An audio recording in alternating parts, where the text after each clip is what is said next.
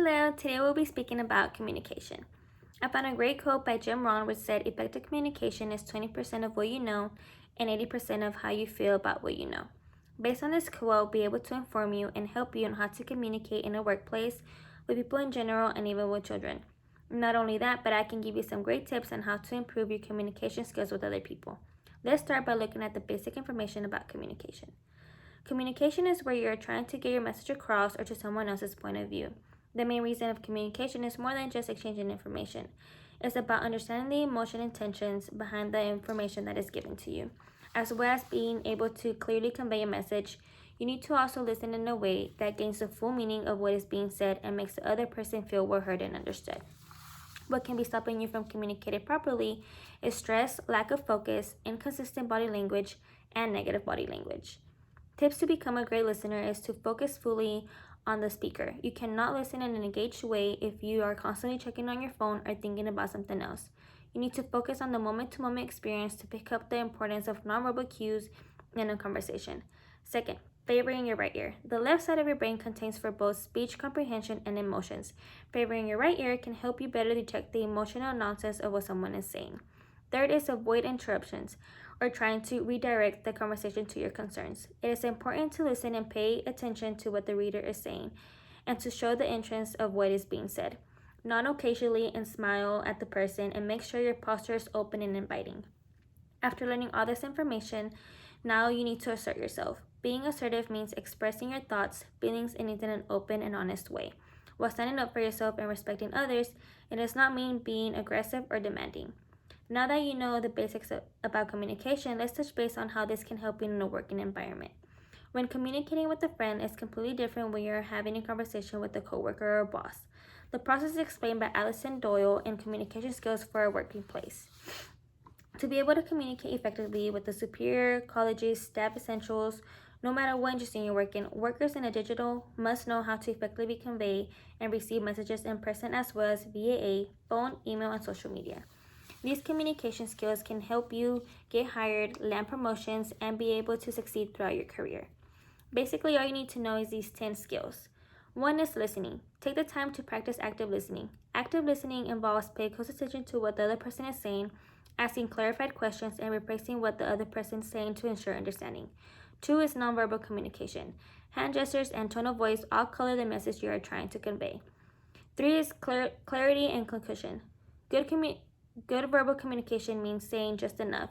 Do not talk too much or too little. Try to convey your message in as few words as possible. 4 is friendliness. Through a friendly tone, a personal question, or simply a smile, you will encourage your coworkers to engage in an open and honest conversation. 5 is confidence. It is important to be confident in your interactions with others. Confidence shows your coworkers that you believe in what you are saying and you will follow through. 6 is empathy. Using phrases as simple as, I understand where you're coming from, demonstrates that you have been listening to the person and respect their opinion. 7 is open-minded. A good communicator should enter a conversation with a flexible, open mind. 8 is respect. Always respect what the other person is saying and avoid using your phone and other things that might distract you. 9 is feedback.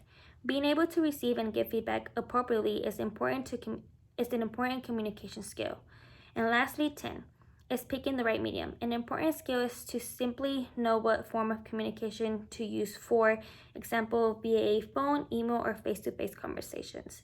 At this point, make sure that your skills stand out. 1, match your skills to the job. 2, familiarize yourself with other in-demand skills. 3, use job interviews to your advantage. And 4, don't stop when you get the job. Always try to improve for better and always be open to learn new things. Now that you know where communication is important and know the basic skills for a working environment, let's start by looking at the styles that there is. There are 5 styles of communication according to a physical group. You may be able to use more than just one style, but there is always one style you always fall back on when feeling uncomfortable or when you're not prepared. Style 1 is assertive communication. This is the best of the communication. People using this style have confidence to communication without having to employ games or manipulation. 2 is aggressive communication. This is the type of people that focus on winning even if it's just on the other person's expenses. This is not a healthy style of communication because the content of the message can be lost because people become too busy reacting to the way that it's delivered. 3 is passive aggressive communication. This style is where a person appears to be passive on the outside but are intriguingly acting out inside of anger. People employing this style of communication usually feel powerless and undermine the object of their resentment stubbornly to express how they feel, even if it means sabotaging themselves. 4 is submissive communication style. This is a type of people that try their best to avoid conflict. They treat the needs of others more important than theirs. And lastly, we have 5, the manipulative communication style. People employing this are scheming, screwed, and calculating. Manipulative communicators are great at influencing and controlling others for their own benefits. If you pay close attention, you will realize what you use and others use in different types of styles with certain people. It is great to know that these are different styles to know which one fits you best. Knowing the basic skills, let's see how communicators work with children. Babies communicate from birth through sound, facial expressions, and gestures and body movement. Babies continue to develop communication skills when adulthood responds to their efforts to tell others what their needs or wants. Children communicate skills grow by leaps and bounds across the first few years of life. Here are some ideas to help a baby or a toddler develop communication skills. Respond to a baby's gestures, looks, and sounds to the child knows that you're paying attention to them. Talk and listen to the child. Help the child build on their language skills. Teach them nonverbal communication. Respect and recognize the child's feelings. Reading together will help the child learn new words and fix the child's grammar as well as when they get older. Encourage pretend play. And finally, being a good role model for the child is the main key since the child copies everything you say. Knowing these skills is extremely important because communicating with a child is different than having a conversation with an adult. Children need to be able to understand, and we need to be able to understand them to their needs and desires. Today, we have learned the basics of communication, how to improve your communication skills at a workplace, different styles of communication, and how to communicate with the child. After speaking and talking about communication, I can assure you that no matter where you are at or who are you speaking with, you will always have communication present. Just ask anyone around you and you will see that communication is important in everybody's lives.